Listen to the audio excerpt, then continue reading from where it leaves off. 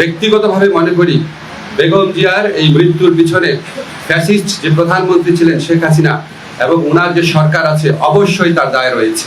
আপনি আগের সময় নির্দয় আচরণের কথা বললেন, ওনাকে একটা প্রহসনমূলক রায়ে ওনাকে জেলখানায় পাঠিয়ে অকথ্য নির্যাতন করা হয়েছে। বেগম খালেদা জিয়াকে যেই মামলায় দোষী সাব্যস্ত করা হয়েছে, এটা যে প্রহসনের একটা রায় ছিল, এটা যে একটা সম্পূর্ণ সাজানো রায় ছিল, এটা আমাদের সর্বোচ্চ আদালতের আপিল এবং রিভিউর মধ্যে দিয়ে প্রমাণিত হয়েছে। সর্বোচ্চ আদালত সুপ্রিম কোর্টের আপিলের ডিভিশনের রায়ের মধ্যে বারবার বলা হয়েছে যে বেগম জিয়াকে যেই মামলায় সাজা দেওয়া হয়েছিল সেটা সম্পূর্ণ রংলি, উদ্দেশ্য প্রণোদিতভাবে, জিজ্ঞাসাপ্রসূতভাবে ওনাকে সাজা দেওয়া হয়েছিল। ওনাকে জেলখানায় বিভিন্ন সময় যেভাবে নির্যাতন করা হয়েছিল, ওনাকে আমরা হয়তো এত তাড়াতাড়ি হারাতাম না। আমি ব্যক্তিগতভাবে মনে করি বেগম জিয়ার এই মৃত্যুর পিছনে ফ্যাসিস্ট যে প্রধানমন্ত্রী ছিলেন শেখ হাসিনা এবং ওনার যে সরকার আছে অবশ্যই তার দায় রয়েছে। গোটা জাতির মতো আজকে আমাদের সরকারে যারা আছেন আমরাও গভীরভাবে শোকাবিভূত। এই শোকের পরিবেশে আজকে বিশেষ আয়োজনে প্রধান উপদেষ্টার সভাপতিত্বে উপদেষ্টা পরিষদের একটা বিশেষ সভা অনুষ্ঠিত হয়েছে। সভার শুরুতে সাবেক প্রধানমন্ত্রী বেগম খালেদা জিয়ার মৃত্যুতে দাঁড়িয়ে 1 মিনিটে নীরবতা পালন করা হয় এবং তার আত্মার মাগফিরাত কামনা করে মোনাজাত করা হয়। মোনাজাত পরিচালনা করেন আমাদের ধর্মমন্ত্রী। সবাই বেগম জিয়ার মৃত্যুতে আগামীকাল থেকে 3 দিনের জন্য রাষ্ট্রীয় শোক প্রস্তাব গৃহীত হয়েছে এবং আগামীকাল সাধারণ ছুটির ঘোষণার সিদ্ধান্ত হয়েছে। সবাই বেগম জিয়ার মৃত্যুতে একটি শোক প্রস্তাব গৃহীত হয়। শোক প্রস্তাব পাঠ করেন আমাদের তথ্য এবং পরিবেশ উপদেষ্টা। সবাই সিদ্ধান্ত হয় যে বাংলাদেশে যত দূতাবাস আছে পৃথিবীর বিভিন্ন প্রান্তে সেখানে শোক বই খোলা হবে। সভায় বিশেষ আমন্ত্রণে অংশ নেন বিএনপির মহাসচিব জনাব মির্জা ফখরুল ইসলাম আলমগীর।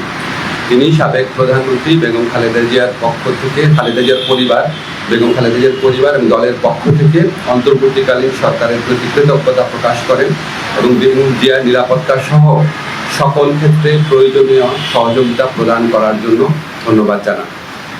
মির্জা ফখরুল ইসলাম আলমগীর সাহেব আমাদের সভাকে অবহিত করেন যে আগামীকাল বুধবার বাদ জোহর জাতীয় সংসদের দক্ষিণ প্লাজা এবং এর সংলগ্ন মানিক মিয়া এভিনিউতে বেগম খালেদা জিয়ার জানাজা অনুষ্ঠিত হবে।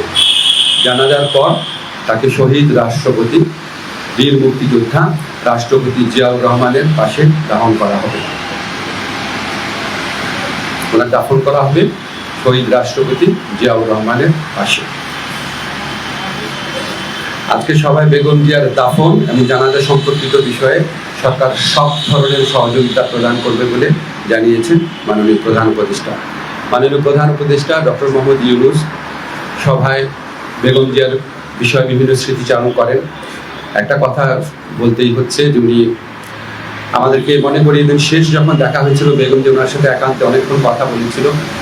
আপনারা জানেন সেনা সদরে যে অনুষ্ঠিত হয়েছিল প্রোগ্রাম, সেখানে উনি অত্যন্ত উৎফুল্ল ছিলেন, সবার সাথে কথা বলেছেন এবং উনি সেগুলি স্মৃতিচারণ করেছেন মাননীয় প্রধান উপদেষ্টা। এবং উনি এটা বারবার বলেছেন যে আজকে এরকম এই জাতির এই বিশেষ মুহূর্তে আমাদের বেগম খালেদা জিয়ার উপস্থিতি অনেক প্রয়োজন ছিল। গোটা জাতি ওনার জন্য দোয়া করেছে, আল্লাহর ইচ্ছা উনি চলে গেছেন।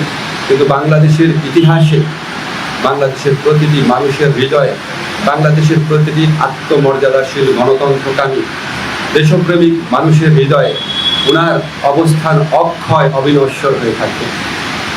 আমি ব্যক্তিগতভাবে মনে করি বাংলাদেশের ইতিহাসে এত শ্রদ্ধা, এত সম্মান, এত ভালোবাসা নিয়ে এরকম একজন নেত্রী চলে যাওয়া, এটা একটা বিশেষ মুহূর্ত এবং আমরা বাংলাদেশের প্রতিটা মানুষ এই শোকে একত্রিত হয়েছি।